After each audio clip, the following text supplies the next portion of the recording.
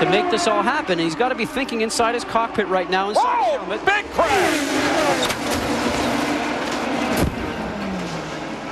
Major incident. Kenny Bräck getting way high up into the fence.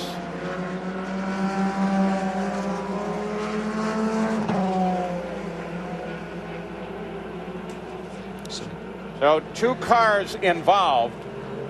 That's Scheckter right there. You can see him moving inside the cockpit. His helmet, his steering wheel comes off.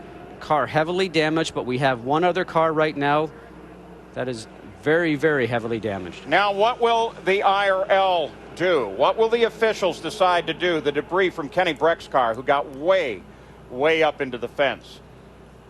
Almost reminds you of an accident Davey Hamilton had here. And that car is torn apart, Paul. That piece you see right there is part of the under tray of the car. You can see by the skid marks right here where the cars are going across right now. The cars were side by side by the looks of it, and then they just take an immediate right-hand turn, so probably had interlocked wheels. The yellow flag flies at the start-finish line. The question now is, with just 12 laps to go in competition, whether or not they will put out the red flag and stop the event, only to restart it. Thomas Scheckter, and they get him out of the car. We still wait word on Kenny Bräck. As to whether or not this race can be restarted or not.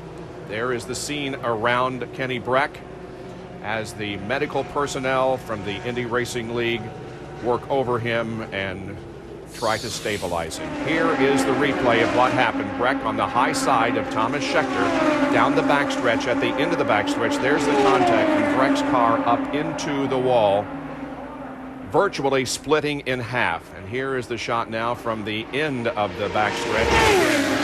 It's a crash very reminiscent of Davey Hamilton's accident here a few years ago, in which he sustained very severe leg damage.